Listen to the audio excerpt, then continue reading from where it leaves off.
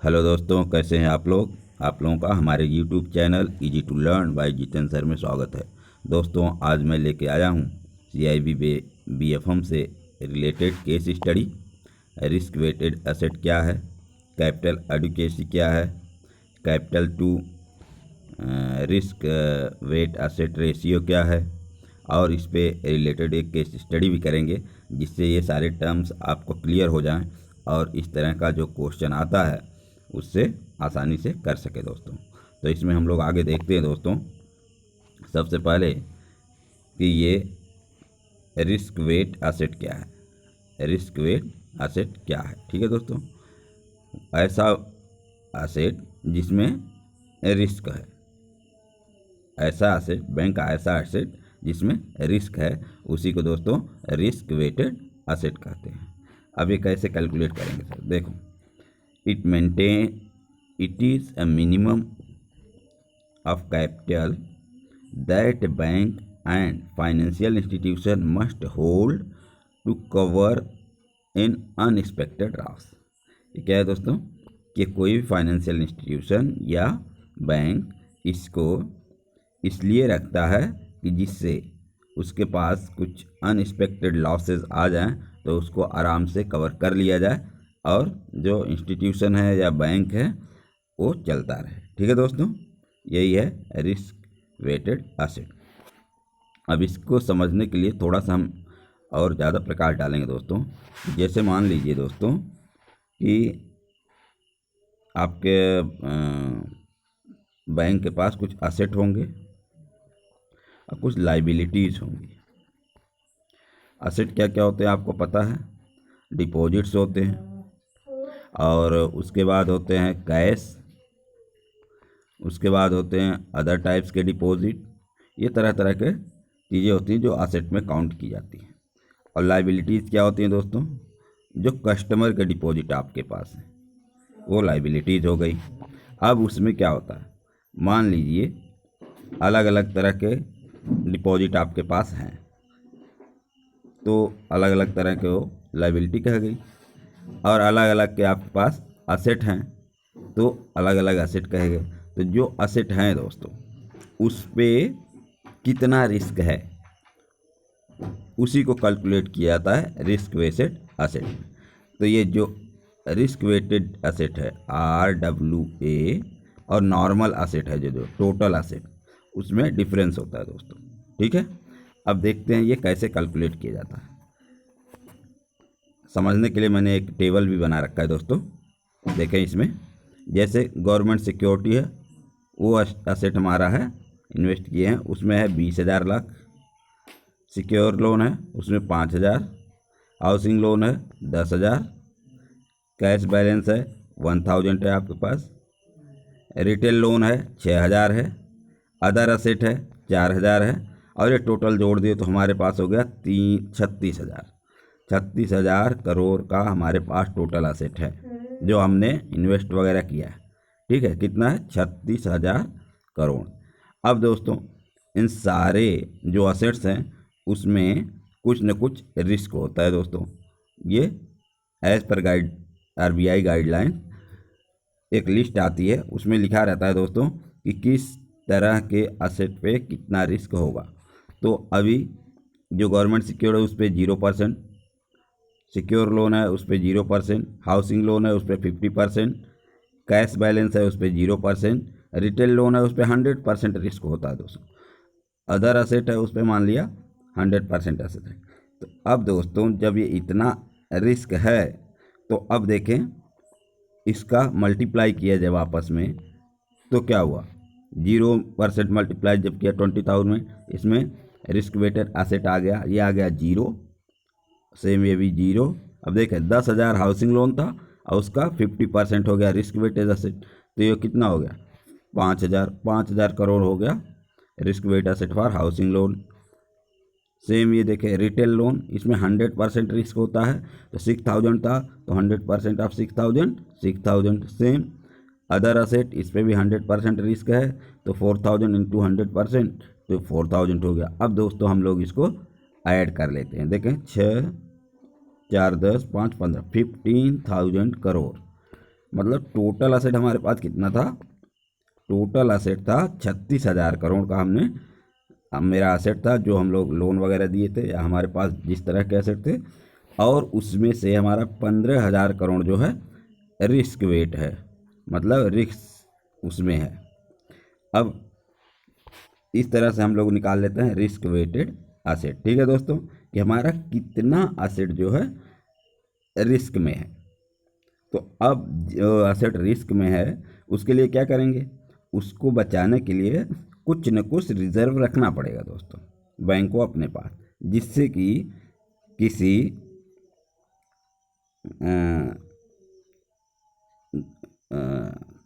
परेशानी में उसको हम लोग यूज़ कर सकें। ठीक है दोस्तों, तो इससे क्या होगा, अगर ज़रूरत में या कुछ ऐसी सिचुएशन आई जब पैसे की आवश्यकता है और जो डिपॉजिटर हैं उनको उनका पैसा वापस नहीं मिला, तो उससे क्या होगा, तो जो डिपॉजिटर का इंटरेस्ट है वो भी इफेक्ट होगा, बैंक का रेपुटेशन जाएगा। उसके बाद और जो दूसरे कस्टमर है वो भी दौड़े दौड़े आएंगे और अपना सारा पैसा लेना चाहेंगे, और एक साथ सारा पैसा दे पाना बैंक के लिए मुश्किल होगा। फिर क्या परेशानी होगी दोस्तों, सीधा सीधा बैंक करप्ट होने के चांस ज़्यादा हो जाएंगे। तो उसी सिचुएशन को से निपटने के लिए दोस्तों ये रिस्क वेटेड एसेट बैंक अपने पास रखते हैं। ठीक है दोस्तों, अब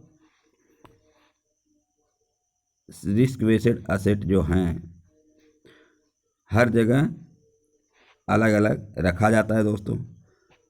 तो बेसल कमेटी थी, जो बेसल कमेटी थी उसने एडवाइस किया था कि, बेसल कमेटी ऑर्डर नहीं देता दोस्तों, ये केवल एडवाइस करता है, और एडवाइस किया था कि सभी बैंक या फाइनेंशियल इंस्टीट्यूट को अपना रिस्क वेटेड एसेट का 8%, कितना 8% जो है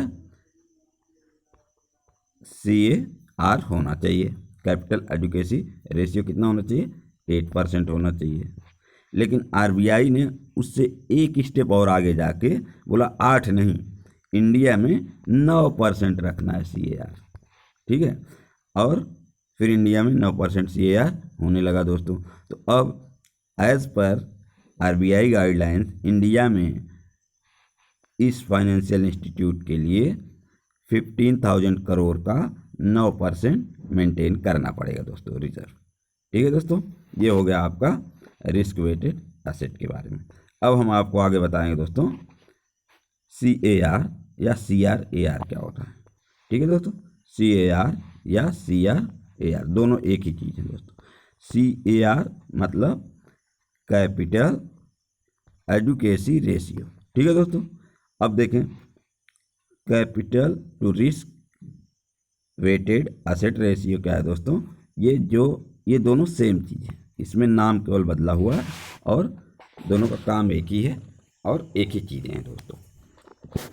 अब ये होता क्या है, तो देखें दोस्तों, अभी तक हमने रिस्क वेटेड एसेट को पढ़ा, लेकिन अब हमें उस रिस्क वेटेड एसेट का कितने % रिजर्व मेंटेन करना होगा उसको देखना पड़ेगा दोस्तों। और ये तो अच्छा होगा कि 100% रिस्क वेट एसेट को मेंटेन कर दिया जाए, लेकिन ये पॉसिबल नहीं है दोस्तों। तो इसके लिए गवर्नमेंट ने, RBI ने इंडिया के लिए 9% मेंटेन करने के लिए बोला है। तो अब देखें कैपिटल एडुकेसी रेशियो, हिंदी में इसको बोलते हैं पूंजी पर्याप्तता अनुपात। क्या बोलते हैं दोस्तों, पूंजी पर्याप्तता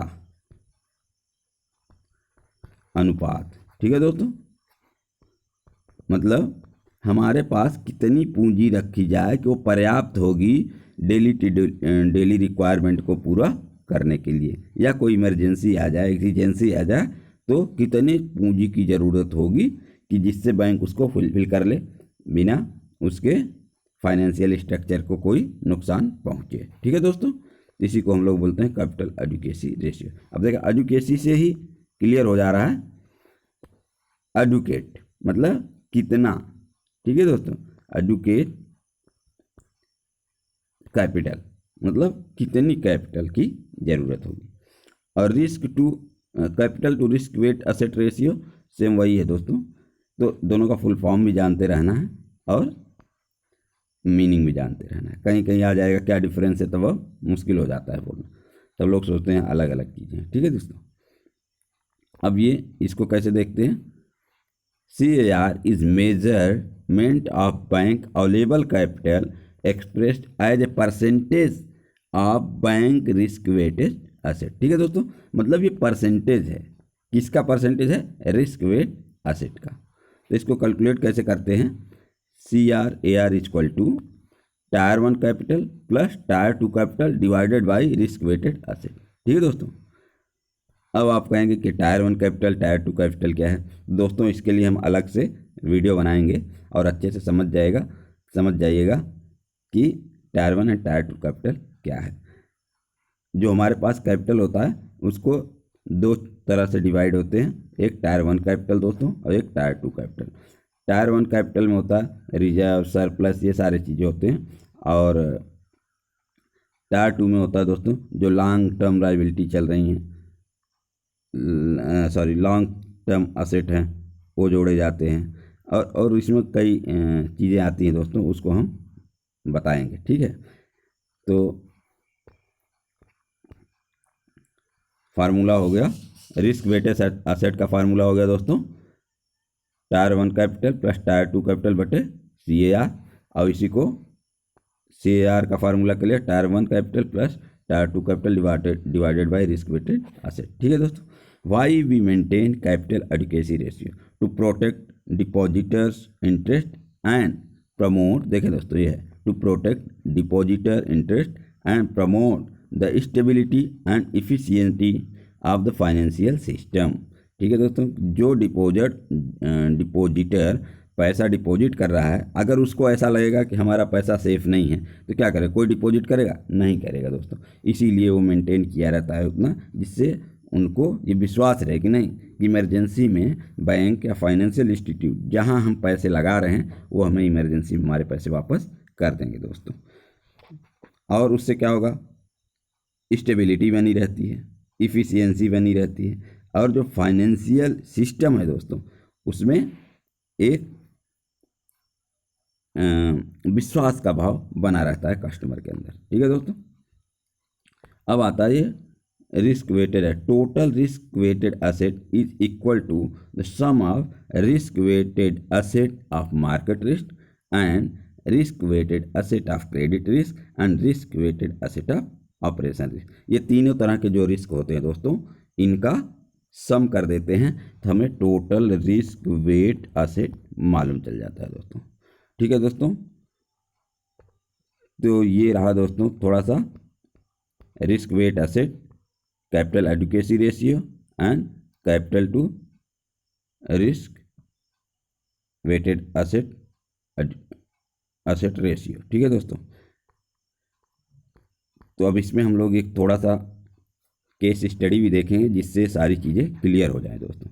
ठीक है दोस्तों, तो इसमें देखें दोस्तों, ये हमारे मैकमिलन बुक BFM की बुक से उठाया गया है, केस स्टडी है, कंप्यूटेशन ऑफ CRAR। तो क्वेश्चन है दोस्तों इसमें, tyre 1 capital, tyre 2 capital funds, risk wait for credit risk, capital charge for market risk, capital charge for operational risk is assessed in the accordance with the guideline discussed. Capital charge for market risk and capital charge for operational risk is converted into equivalent risk weight asset by dividing them by 0.09 to compute risk weight asset। ठीक है दोस्तों, जो capital charge हैं अगर उनको 0.09 से divide करेंगे तो हमें रिस्क वेट एसेट मिल जाता है। और for market and operational risk tier 1 CRAR and total CRAR is computed using following formula. ठीक है दोस्तों, अब देखें tier 1 CRAR is computed as given below. Tier 1 capital, ठीक है दोस्तों, डिवाइडेड बाय, देखिए बताए थे ना, risk weighted asset for credit risk, risk weighted asset for market risk, risk weighted asset for operational risk. कि जो टायर 1 कैपिटल है दोस्तों, कैपिटल जो है उसको डिवाइड कर देते हैं इधर से, किससे, RWA से। The total CRAR computed as given below, eligible total capital. ठीक है दोस्तों, सेम जैसे टायर 1 था तो टायर 2 का आप निकालेंगे, उसके बाद दोनों को जोड़ के एलिजिबल टोटल कैपिटल कितना होता है, उसके बाद टोटल रिस्क वेटेड एसेट, तीनों का, credit risk, market risk and operational risk. ठीक है दोस्तों, अब ये है the following example would clarify the approach further. A bank has, हाँ ये देखें एग्जाम्पल जो दिया है, a bank has computed it's tyre 1 capital 1400 crore. ठीक है दोस्तों, अब इसमें दोनों मिला है, टायर 1 में भी दो होते हैं, CT1 एंड AT1। ठीक है दोस्तों, ये अलग बताया जाएगा। टायर 2 कैपिटल कितना है, 1200 करोड़। अब capital charge for market risk 500 crore, capital charge for operational risk 300 crore. What would be the bank tyre 1 CRAR and total CRAR। ठीक है दोस्तों, दोनों निकाला है, टायर 1 का क्या होगा और टोटल CRAR क्या होगा दोस्तों। तो क्वेश्चन में जैसे पहले ही बताया दोस्तों कि अगर कैपिटल चार्ज लिया रहेगा तो हम उसका रिस्क वेटेड एसेट कैसे निकालेंगे। ठीक है, तो इसमें देखें risk weighted asset for credit risk दिया है 10,000।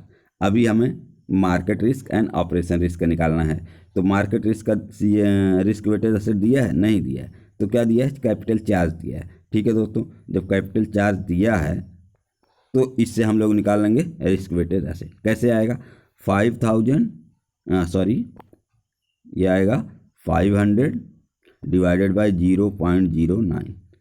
ठीक है दोस्तों, तो हमें मिल जाएगा 5556। ये हो गया हमारा रिस्क वेटेड एसेट पर मार्केट रिस्क। ठीक है दोस्तों, इसी तरह से रिस्क वेटेड एसेट पर ऑपरेशनल रिस्क निकालने के लिए 300 डिवाइडेड बाई 0.09। ठीक है दोस्तों, तो आ जाएगा इसका, देखें ये 300 डिवाइडेड बाई 0.09, आंसर आ गया 3333। ठीक है दोस्तों, अब देखें ये risk weighted asset for credit risk पहले से दिया था, मार्केट रिस्क हमने निकाल लिया एंड ऑपरेशनल रिस्क निकाल लिया, तीनों जोड़ देंगे दोस्तों। जब तीनों जोड़ देंगे तो हमें मिल जाएगा टोटल रिस्क वेटेड एसेट। ठीक है दोस्तों, ये टोटल मिल जाएगा। और इसी को देखें आगे, टोटल रिस्क वेटेड एसेट, ये देखें दोस्तों, ये जोड़ दिए तो टोटल आ गया। अब क्या है, टायर 1 कैपिटल कितना था दोस्तों, क्वेश्चन में यहाँ गलत दिया है, 1400 करोड़ था दोस्तों। अब divided by risk weighted asset कर दो, कितना आ गया 18889। ठीक है दोस्तों, जब कैलकुलेटर से आप इसको सॉल्व करेंगे तो ये आ जाएगा 7.41%। ठीक है दोस्तों, ये आ गया आपका रिस्क